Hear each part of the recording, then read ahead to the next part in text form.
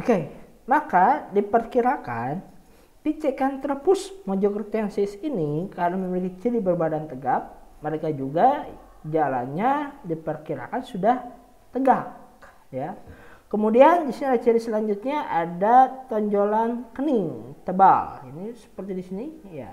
Ada pelipis mata yang di dekat alis, ini ada tonjolan menebal, kemudian berbentuknya itu menonjol ke depan mukanya, kemudian dari belakang juga lonjong ke belakang. Seperti ini ya. Ini kalau kita lihat mirip menyerupai kera sekali, ya. Maka dari sini, dari tonjolan kening ini, umumnya kera itu selalu menonjol ke belakang. Berbeda dengan manusia. Kalau manusia ini, kalau kalian coba pegang jidat kalian, ya, pegang jidatnya pasti ini selalu ada tonjolan dulu agak ke atas, ya. Kalau kita ke atas usap terus ke belakang, kalau kita lihat itu nong-nong gitu, istilah bahasa Sunda nama gitu.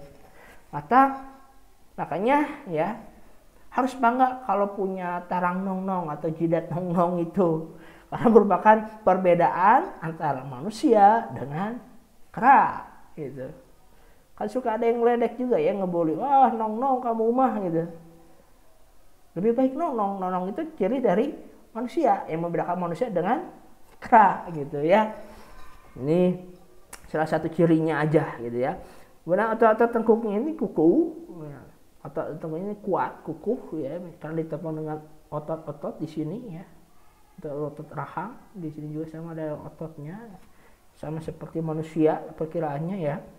Dan volume otaknya itu kecil karena tidak menampung volume otak yang cukup banyak ya, jadi beda dengan manusia ya. Ini volume otak jenis Pithecanthropus ini perkiraannya itu sekitar 650 sampai 1000 cc. Oke. Ini dari jenis Pithecanthropus mojokertensis. Selanjutnya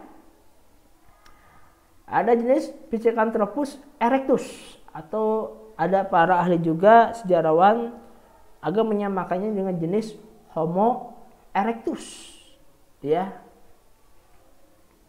Pithecanthropus erectus ini memiliki daerah persebaran yang paling luas, dan penelitian yang pertama ini tahun 1890 ditemukan jenis manusia purba ini ditemukan oleh Eugene de Bois atau De Bois ya, cara penulisan di sini, berhasil menemukan beberapa fosil Pithecanthropus erectus di Kedung Brebes, Trinil, dan Ngawi. Kalau kita artikan Pithecanthropus erectus, tadi kan saya sudah menyebutkan ya, Pithe dan Anthropus, manusia kera. Erectus itu sendiri bisa kita artikan sebagai tulang belakang atau berkerangka tulang belakang.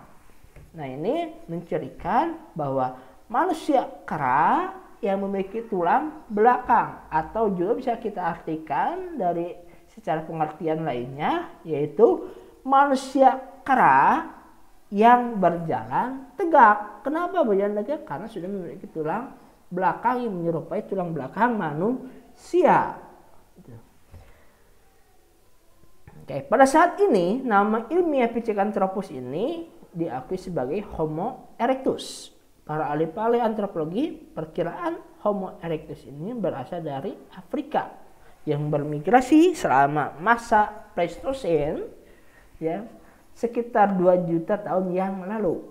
Ya, jadi ada imigrasi manusia pada masa praaksara karena mereka itu hidupnya masih berpindah-pindah hingga diperkirakan tibalah atau sampailah di daerah Indonesia atau Nusantara ketika itu ya. Jadi fisiknya dari Pithecanthropus erectus atau dengan nama lain Homo erectus, jelas badannya tegap, hidungnya lebar, ya.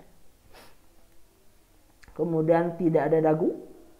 Jadi perkiraan dari mulut ini dagunya mengecil ini ke belakang karena bentuknya melonjong ya, bentuk tengkoraknya melonjong. Kemudian pengunyahnya kuat. Nah, kalau pengunyah kuat perkirakan sudah omnivor juga ya, pemakan segala atau jenis makan tumbuh-tumbuhan ataupun daging ya. Berat badan ini diperkirakan 80 sampai 100 kg. Tinggi badan 160 sampai 180 cm. Ini merupakan rata-rata ya tinggi manusia yang hidup di Indonesia ya. Bangsa Indonesia rata-rata tinggi segini. 160 sampai 180 cm. Terdapat penjualan kening pada dahi ya. Penjualan kening tadi ya dekat ini ya pelipis mata. Kemudian tulang tengkorak berbentuk lonjong. Volume otak ini berbeda 100 cc ya, minimalnya tadi kan 650. Ini sekarang untuk jenis Pithecanthropus erectusnya 750 cc sampai 1000 cc, tapi tidak sampai melebihi 1000 cc ya. Dan muka didominasi oleh bagian rahang yang menonjol, dia rahangnya agak menonjol. Apa menyerupai kera lah seperti itu, karena dinamakan juga Pithecanthropus. Oke. Selanjutnya ada jenis Homo sapiens. Jenis Homo sapiens di sini merupakan jenis manusia purba atau makhluk hidup pada masa praksara yang mendekati dengan manusia modern sekarang. Ya, maka Homo sapiens itu kita artikan manusianya cerdas, ya.